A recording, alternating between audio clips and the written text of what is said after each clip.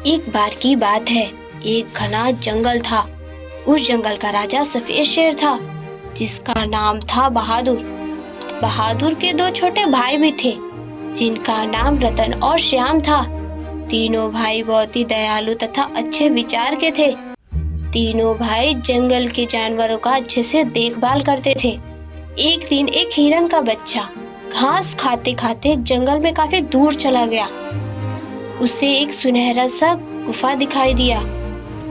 हिरन का बच्चा उस गुफा की ओर आकर्षित हो गया और गुफा में चला गया। उसी गुफा में एक बॉक्स था जो बहुत ही अजीब सा था।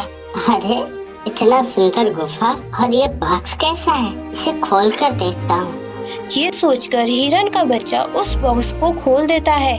तभी बॉक्स जोर जोर से हिलने लगता है और उसमें से रंग बिरंगी रोशनी निकलने लगती है, जिसे देखकर हिरन का बच्चा बहुत ही डर जाता है और वहां से भागने लगता है।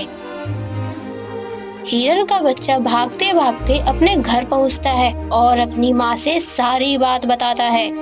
हे भगवान, तुम्हें पता भी है उस बॉक्स में 100 साल पुराना एक भयानक शक्तिशाली ड्रैगन को कैद करके रखा गया और तुमने उसे खोल दिया। दूसरी ओर उस बॉक्स से वह शक्तिशाली ड्रैगन बाहर आता है और कहता है, वाह, आज मुझे आजादी मिल ही गई। इन सभी जानवरों को खाकर ही अपनी कई सालों का भूख मिटाऊंगा। अब मुझे कोई नहीं रोक सकता। ड्रैगन इतना कहते हुए जंगल के तरफ तेजी से निकलता है और पूरे जंगल में आतंक मचाने लगता है। सभी जानवर ड्रैगन को देखकर डर जाते हैं और अपनी जान बचाकर इधर उधर भागने लगते हैं। जब ये बात बहादुर को पता चलता है तो गुस्से से दहाड़ मारते हुए कहता है, सुनो, तुम दोनों जानवरों का अच्छे से ख्याल रखना। मैं अभी उस ड्रैगन का अंत करके आता हूँ। इतना कहकर बहादुर जंगल की ओर आगे बढ़ता है। तभी उसके दोनों भाई उसे रोक लेते हैं और फिर रतन कहता है, नहीं भैया, हम दो छोटे भाइयों के होते हुए आपको जाने की क्या आवश्यकता है। आप यहीं रहिए। उस शक्तिशाली ड्रैगन का अंत करके हम जल्द ही वापस आएंगे। आप बिल्कुल चिंता मत कीजिए भैया।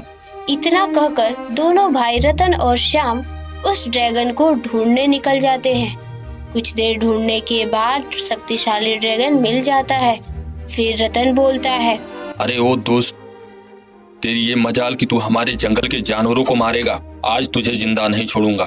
अरे ओ शेर के बच्चे, तेरी इतनी हिम्मत कि तुमने मुझे धमकी दिया। मेरा छोड़, तू अपनी जान की परवाह कर।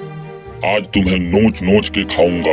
ड्रैगन की बात सुनकर दोनों भाई गुस्से से लाल हो गए और दहाड़ मारते हुए ड्रैगन पर हमला करने लगे। ड्रैगन अपनी शक्ति से दोनों भाइयों को घायल कर देता है। दोनों भाई इतना घायल हो गए थे कि वहां से उठ भी नहीं पा रहे थे कि ये सब एक पेड़ पर बैठा बाज देख रहा था। वह तुरंत जाकर राजा से सारी बात बताता है। महाराज, महाराज, वह दुष्ट ड्रैगन आपके दोनों भाइयों को बुरी तरह से घायल कर दिया है। बाज की बात सुनकर बहादुर दहाड़ मारते हुए उस ड्रैगन के पास पहुंचता है। तेरी ये हिम्मत कि तुमने हमारे भाइयों को जख्मी कर दिया दोस्त, आज तेरा अंत निश्चित है। इतना कहकर बहादुर उस पे हमला करने लगता है।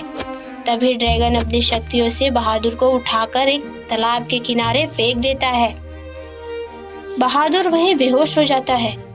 उसी तालाब से एक जादुई जलपरी निकलती है और बहादुर से कहती है, उठो बहादुर, उठो और जाकर उस दुष्ट ड्रैगन का अंत करो।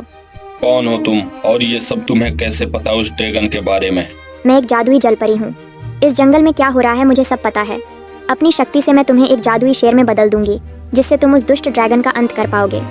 जलपरी ने बहादुर को एक जादुई शेर में बदल दिया, जिससे बहादुर के पास बहुत सारी शक्तियाँ आ गई। और फिर बहादुर दौड़ते हुए उस ड्रैगन के पास जाता है। ये देख सभी जानवर बहुत ही खुश हो जाते हैं।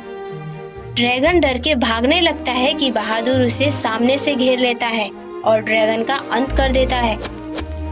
कहानी यही समाप्त होती है।